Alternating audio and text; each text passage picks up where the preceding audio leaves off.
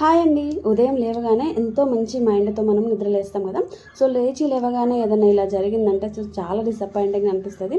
ఆలుగడ్డలు ఉడకబెడితే మొత్తం మెత్తగా అయిపోయింది. అండ్ పిండి కూడా మెత్తగా అయింది. ఆలు పరోటా సరిగ్గా రాలేదు. సో, చాలా డిసప్పాయింటింగ్‌గా అనిపించింది.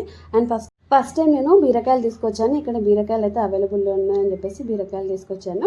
అండ్ క్యారెట్ తురిమితే చేతిలో గీసుకుంటుందని చెప్పేసి మిక్సీ పట్టాననమాట. ఇదే నేను చేసిన తెలివి లేని పని. సో, బీరకాయ కర్రీ అయితే చాలా బాగా అయింది. కానీ ఉప్పు కరెక్ట్‌గా అయిందనమాట.